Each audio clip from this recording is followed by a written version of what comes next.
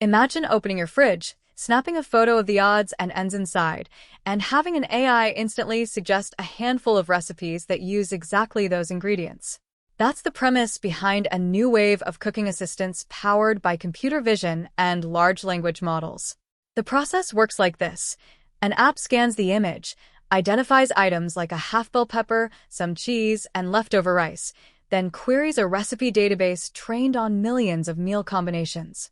The AI doesn't just match keywords, it understands culinary logic, such as which flavors complement each other and how to adapt cooking times for partial portions. Some tools even let you specify dietary preferences or cuisine styles, from Thai to Italian.